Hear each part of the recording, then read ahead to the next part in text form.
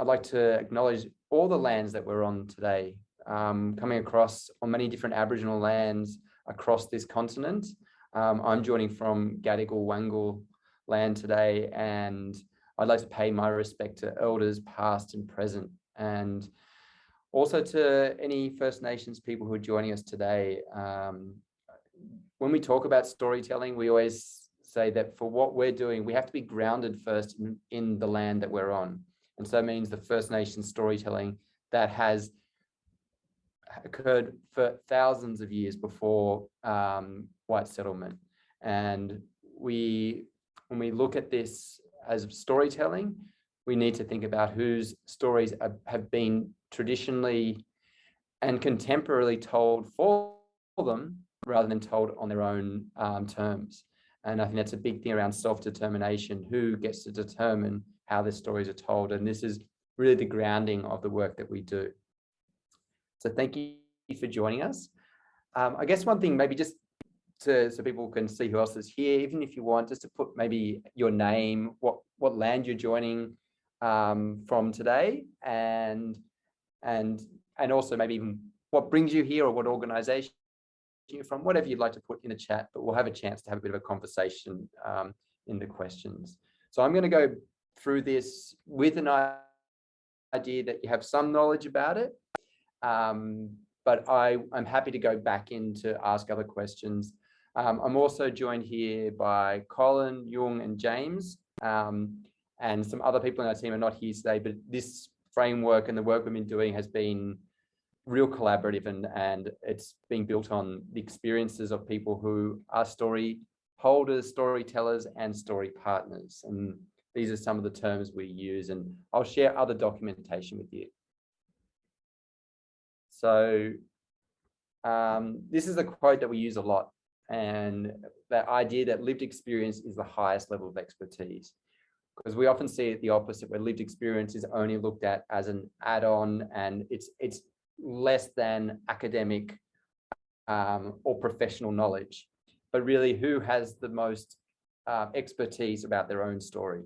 And I think that's a grounding point of where we should start from when we start thinking about people telling their own stories, or if we're telling other people's stories, how do we ensure that lived experience is central to what we do?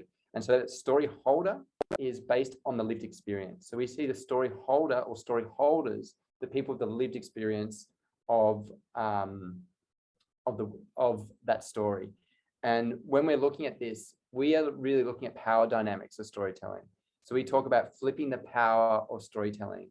So this idea that usually we're seeing that stories are controlled by those who are in power. We can look at this land right here of what we stand on. What are the stories that come through the loudest? What are the ones who get the most platform, the most access to be able to share their stories and tell other people's stories? So our aim is to flip that narrative, flip the way of storytelling, so that people who are the story holders, those ones with lived experience, can be the ones who have creative control and benefit from their stories. Because that's the other part. Who benefits from someone's story is a big question that we need to think about. So here are just some common issues with storytelling that we've encountered through our work.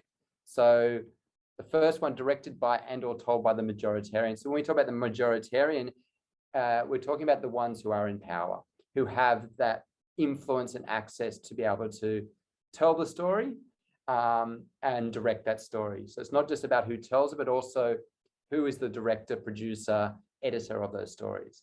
Stories being commodified so regularly that we see that rather than the story being about the cultural knowledge and the significance, people can sometimes take that story and commodify it for their own purposes. Using consultation rather than collaboration. So we see that as a very extractive method, that consultation can be very extractive rather than collaboration, where we are bringing the story holder in to value their lived experience and their other parts of other expertise to be the designers, creators of that story. Another issue is around the story being edited without the story holder's input. So we see that very regularly, that We've recorded the story, now it's ready to go live, and we rush it through without sharing it with the story holder first. So that is a huge issue, as you could think.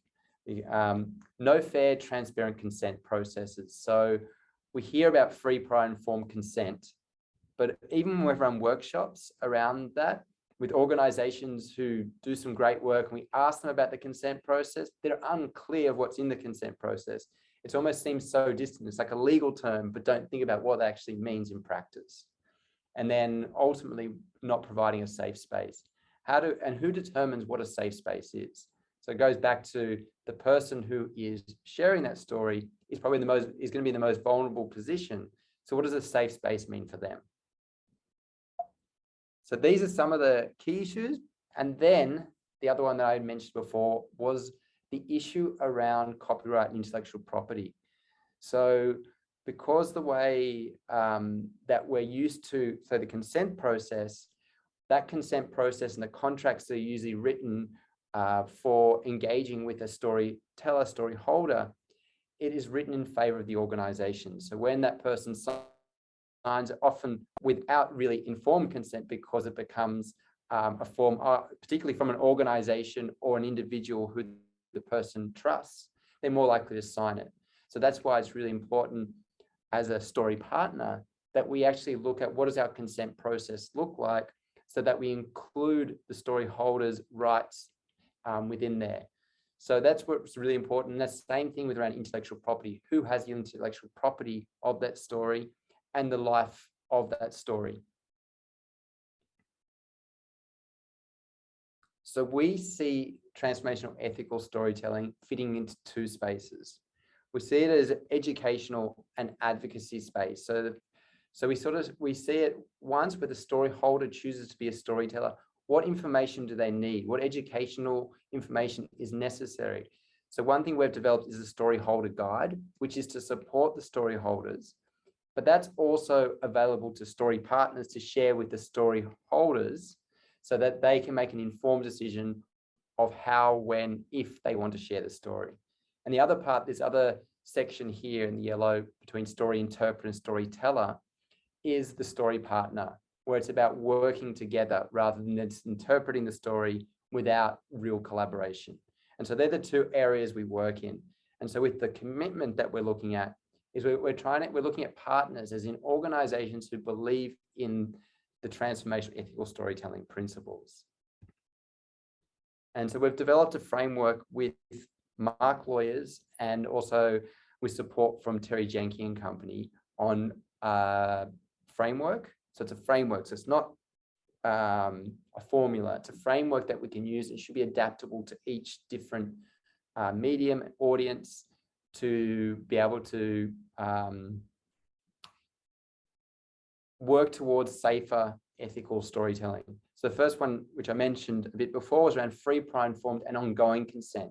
So talking about consent, when should we be asking for consent throughout that process? It shouldn't just be a one-off. What happens if we change how that story is going to be used? Resourcing and sensitivity. What resources are provided to the story holder? How are we respecting the sensitivity of their story? So sharing a cultural story, how are we ensuring that there's resources there? Are we paying them? Are there resources around translators if translators, interpreters needed? How do we ensure the sensitivity of that story is being maintained? Empowerment, that the person, story holder, and the communities are included throughout the process so that they're part of that design process, not just at the end. And all these principles are interconnected. So the fourth one, co-design and collaboration, as I said, no more of this consultation of being extractive. How do we work together, collaborate, and develop a story in practice? Or how do we even step back when we don't need to be the one who leads those storytelling processes? And then the final one is the integrity of the story, the importance of making sure that the person whose story is being told is able to make that decision of what should be included, what shouldn't be included, so the integrity of that story is maintained. I shouldn't be making that choice of whose story or what parts of the story that person should be including or not. If I don't have that experience, I'm not going to be able to make a proper decision on that integrity of the story. And so that can result in some negative outcomes. So those principles have sort of led us to this commitment. So I'll share this with you afterwards, but these are the statements we've put in the test commitment around how we and our partners want to start making this action towards this safe, ethical storytelling. So the first one is acknowledging that we've made mistakes in the past, that we'll continue to make mistakes, but we're on a journey to improvement. And so this is where we want organizations to also make that commitment to say, yes, let's make this commitment, and individuals as well. So we will have individuals ask individuals to sign it. At this point, we're looking at organizations as part of this launch that we're doing on the 16th. The second one, we talk about empowerment, so they can create and control stories on their own terms. Recognizing the risks of storytelling, how story holders can be threatened by certain entities, which then can use their stories in ways that that could be detrimental to the story holders and all their communities. Then we want people to learn about ethical, safe storytelling practices. So we've developed a workshop, we've developed resources that we're happy to share with others, and we work in a way where we don't want to make it exclusive. So even with our workshops, we have we offer free tickets to people, but we also have a pay what you can, pay what you feel model, so that everybody can attend a workshop, because we believe that it shouldn't be exclusive based on your financial situation.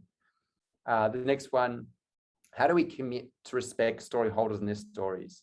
So how do we keep on doing that within our organization? So things like reviewing our consent process, reviewing contracts, reviewing policies, reviewing training programs that we do, looking at how do we train other staff or volunteers within our organization to make sure that they're there. How do we provide the resources to our story holders so that they can make those informed decisions? And then last one, what we're asking people to do is to share your progress, because what we want to do is promote good practice. So that's sort of what we're looking at in this initial commitment. And so this commitment is our first step. What we're working towards the end of the year, or a bit early in the next sort of few months, is we want to be able to get to a point where organizations who are demonstrating this commitment above and beyond and really demonstrating those principles, we're looking at a certification process. So where we can have organizations who are leading in ethical storytelling, that we can then go through an accreditation process with them to then give them that accreditation. So then story holders can make informed decisions, knowing that they can work with these organizations without the risk that they would otherwise. So that's what we're working towards. And the commitment is open. We've sent it out to a few organizations and people to be initial signatories. We're also open that to other people and organizations who want to sign it. And then on Wednesday, the 16th of this month, we will be having it as a public commitment so people can sign on. What we will do is it'll, as people sign and organizations sign it, that'll come through to us. And then we will go through the due process to include those organizations and people as making that commitment. We are very conscious about who can and who cannot make this sort of commitment, and understand that there's differences between small organizations and big organizations to make that commitment because of different challenges. So that's kind of where I'm going to stop here. I think for myself, I think I'd want to see a little bit more about what's involved, the process, what is it? I mean, I think it's important stuff, but right now I need to sink my teeth into it a little bit more to see exactly what it is. Yeah, so I can send you the framework. So you can have a look what's in the framework. So as I said, like it's 5 principles, and then under each principle, there is all these other sub-points which explain what fit into each of those principles. So they're interconnected, but that will give you more of an idea of what the framework is, and the commitment is built on that framework. because I think, again, my organization, Diversitat, we're in Geelong, and we deal with refugees and migrants that come in. We're the first port of call, and we go up to the, helping folks find jobs. And I'm the employment mentor, so I help people find, refugees and migrants find work. And it's a fine line, isn't it, between wanting to develop a media presence, but not develop a manipulative media presence where you're standing on the broken backs of the people so that it doesn't become an ego thing. But at the same time, you want that media presence. So it'll be interesting to see how that negotiation can play out. Yeah, it's a common question we have come up, because I think we've become so conditioned of telling other people's stories, and we want that media presence, that we've almost had that formula sometimes to what the story might be. So I think it's something definitely to look at, and the framework itself is very long, and it's got a lot of legal language in there, as you'd expect. But that's what I think is really worthwhile for you and your organization to have a look at. And you might say, all right, we're not ready to sign this yet, and that's fine. So we're looking at organizations that are ready to sign the commitment. The commitment is basically saying, we agree with the premise of this, and we're going to work towards it. So when we talk about, and Jung, Colin, James, if you want to jump in as well, around the story, whose story is being told in these situations, and how we can do it better within that space. Because I think sometimes we forget whose story is being told and how it's being told, and how is that person being acknowledged? Are they being paid for that time? How are we who's making the decision of what's going to be included and excluded from that story? So I think traditionally organizations, we've been at a point where we kind of felt that we know the right way of doing it. And sometimes it's hard to look back on ourselves and go, oh, can we do it better? And I think that's part of this process, is looking back at our own practices and seeing, yeah, we've been doing this well, but can we do it better? So it's not calling out and saying, oh, we're not doing it well at all, or that was bad 2 years ago. We're going, oh, we're trying to improve on that. And some things as simple as a consent form, changing the way we do consent, is actually a big step in that. I have a question.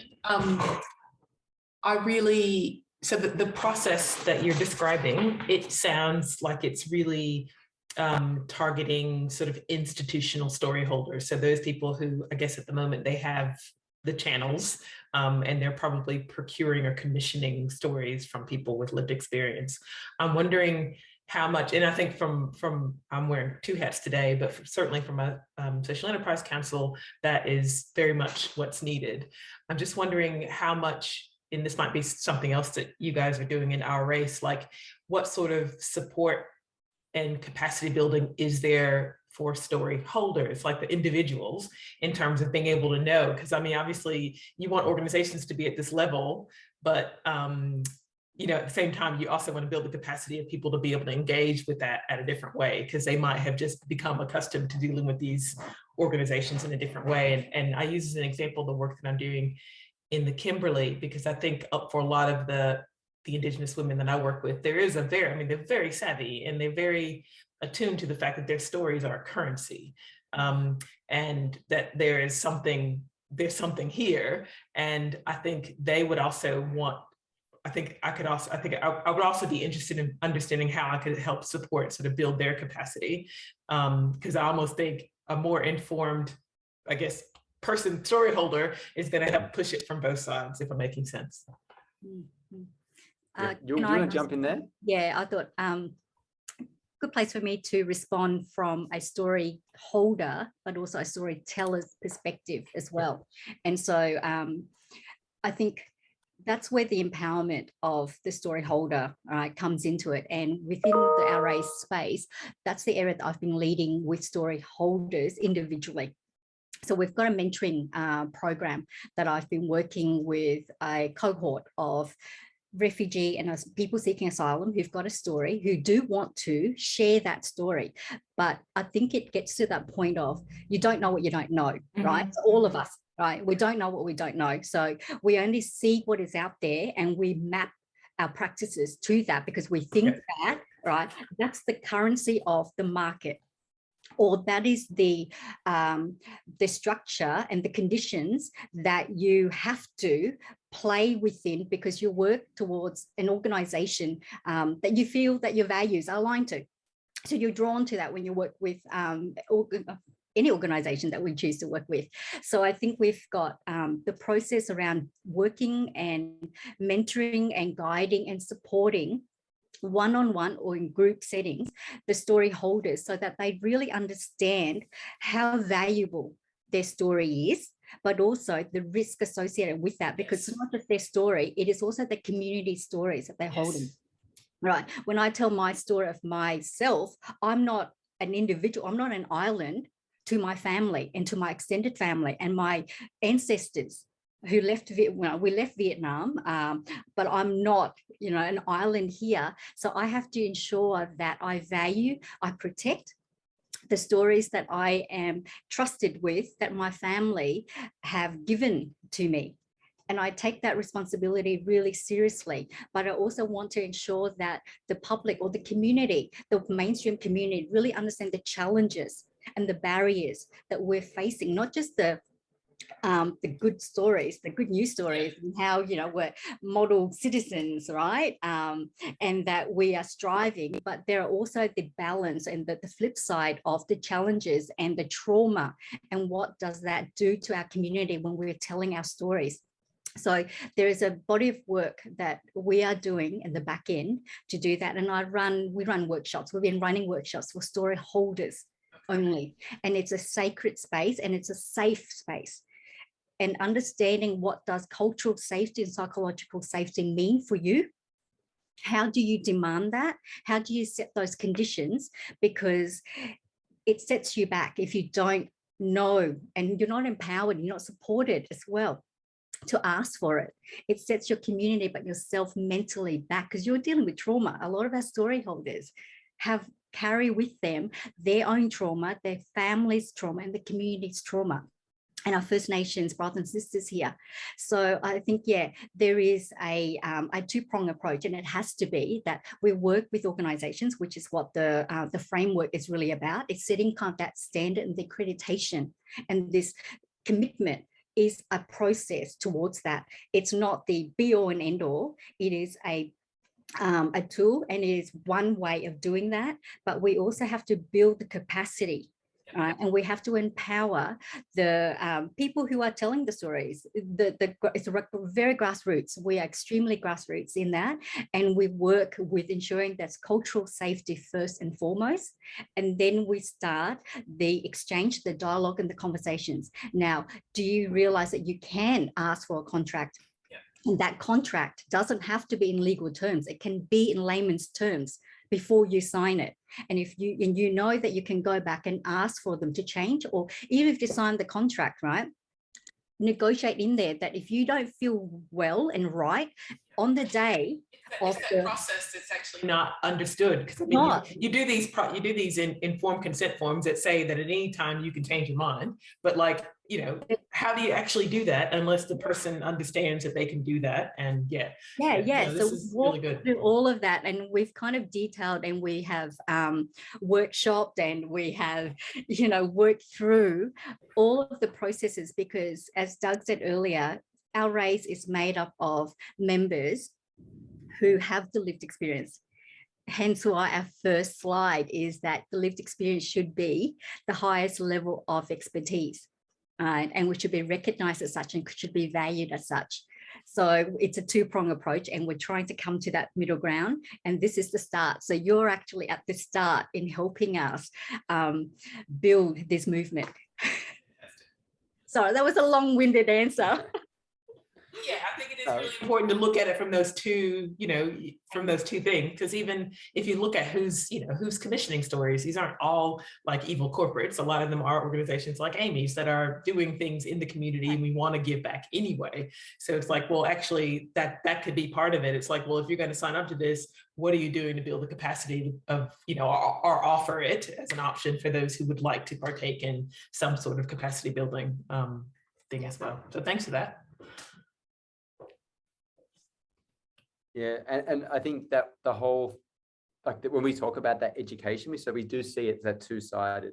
And so from an organizational perspective, we also see an organization, say, who signs up to the commitment and wants to get to certification. There's also a responsibility on that organization to share that knowledge with story holders. We developed the story holder guide, so that's freely available. And we want organizations to share that with the story holders. We want organizations, we're working on a consent form, we're working on a template around a contract as well for story holders. So we're trying to get it so we're flipping that balance of power, or at least making it more equal, because at the moment, the consent form, the contract comes from one way, not the other way. So how do we work towards it that the people who are the story holders can actually have some sort of negotiation power, can make an informed decision on it? That was going to be one of my questions, actually. So from an organization's perspective, do you have anything, and maybe this is in the framework, just a starting point for some good, contract templates, and what does that consent process look like as a beginning point? But also, yes, of course, we could share this as a template with the story holders to use for the future outside of SECNA as well. Yeah, so I guess it's kind of two ways there. So there'd be one about, how do you go about developing what that consent form looks like, contract looks like. So that's something that we can work with you on as well. So we're working with Mark lawyers who've been incredible with this work, and they're helping us develop a lot of these resources. So what we've got now, and for those who are becoming the initial signatory, but we're also sharing it more broadly, is we'll have a resource pack that we'll keep on adding to. So at the moment we have the framework with the principles document, story holder guide, but we'll be adding other things to it that will support organizations and the story holders. So one thing that we are also aware of is, at the moment, the story holder guide is all in English. We try to make it as simple English as possible, but and this has been all mainly volunteer hours of us developing this.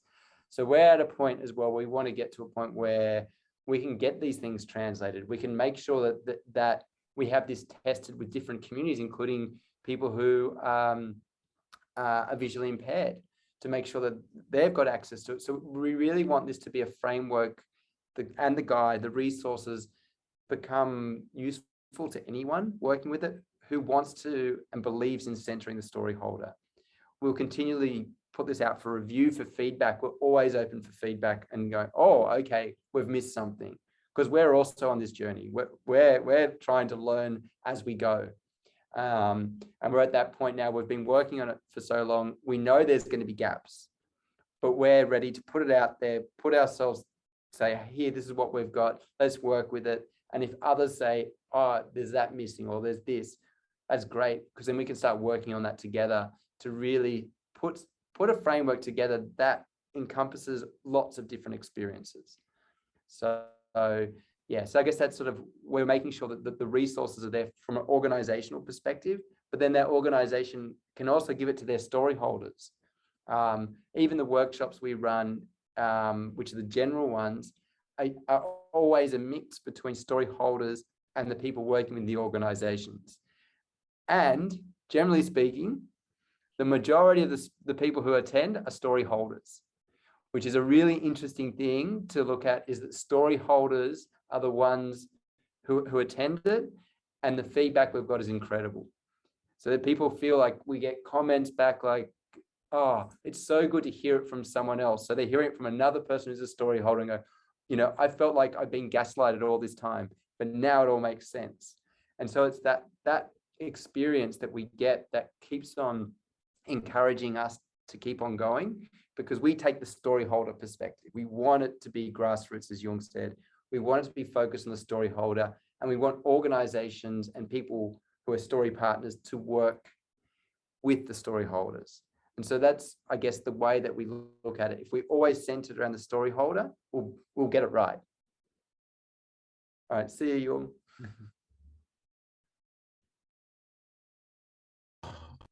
I have to bounce to wonderful people. Doug, great listening to you again, and just hearing just that whole thing about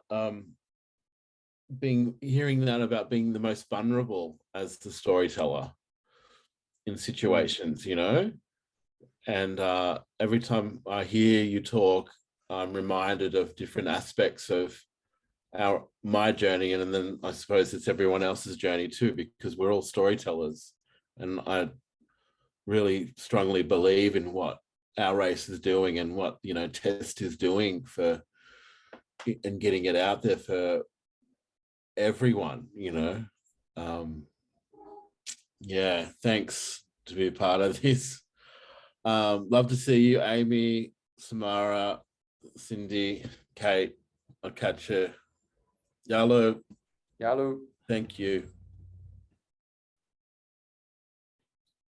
What can we Hey do? Doug, I just wanted to ask a question Yeah, sure. about the types of organisations you would expect, or you're maybe hoping, or you might expect to be signing on. Yeah, that's a great question.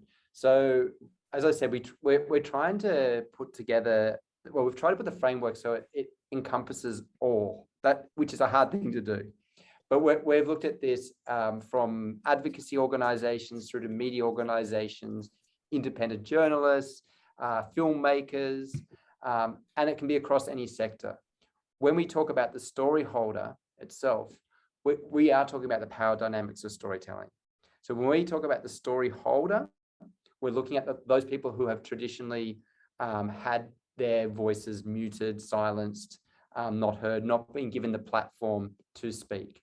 So that's our centering of the story holder. So the organizations and individuals we're looking at signing this are ones who believe in the power of lived experience, believe that people have agency and can share their own story, believe in self-determination.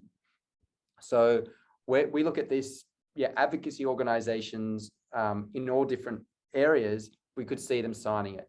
We could see it happening. We'd like to see media organizations, university groups. And so there could be small organizations to large ones, music organizations. So we're having conversations, film. So anyone who uses story, from whether it be from their marketing side of things, their training, through to, big films and music productions, we'd like to see it happen across all industries and organizations. And I guess that the other point is we acknowledge, so the framework itself has a lot in there, and we acknowledge that for a smaller organization, it's going to be a lot harder to keep track of all of this. And so we take that into account with the way that we work with others, the way that reporting, and also bigger organizations might have even different challenges because of the red tape and the bureaucracy to get that through. So with each organization or group, it's going to be different. And so where they're wanting to provide tailored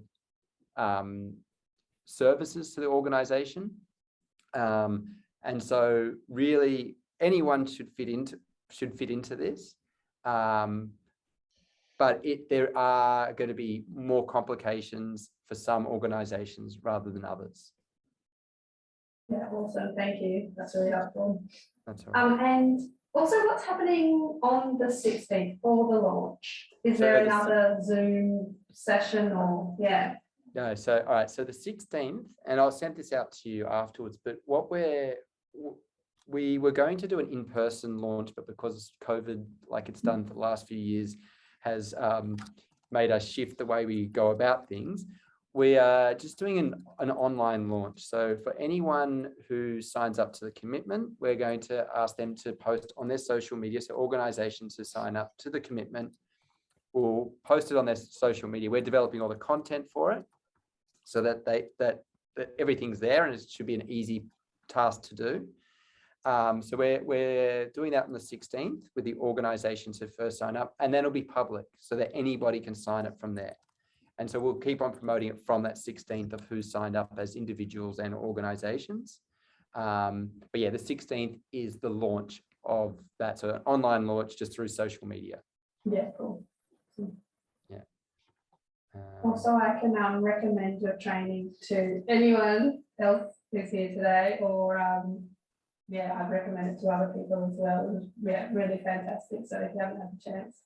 Oh, thank you, Go Kate. for it. Well, while you're saying that, I'll post it in the link here. That we have got a few training coming up later this month.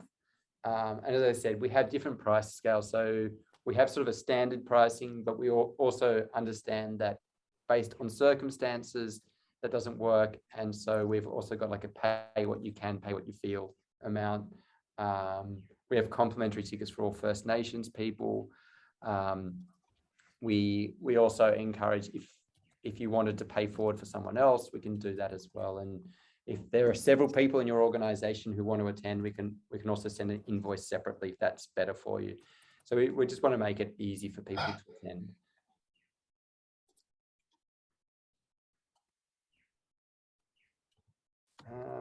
James, did you have anything you wanted to add in that I might have missed or something? Not really. Happy to add another human voice though. That's it. I think you've covered things extensively. There's a lot of resource on our website.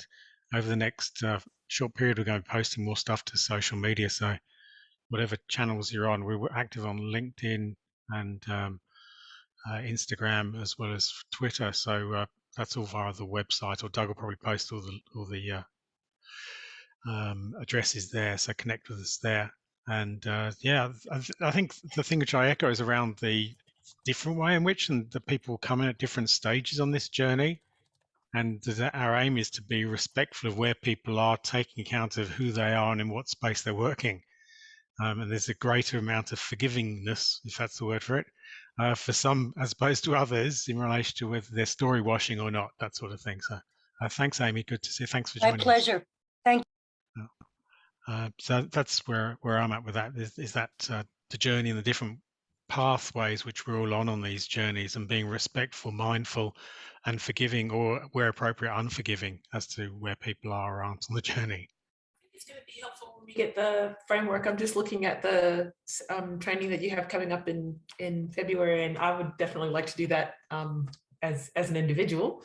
Yeah. But then I know, yeah, we want to talk about how we might be able to do something a bit more bespoke for second as well, and got some ideas, and yeah, we'll follow up with you on that.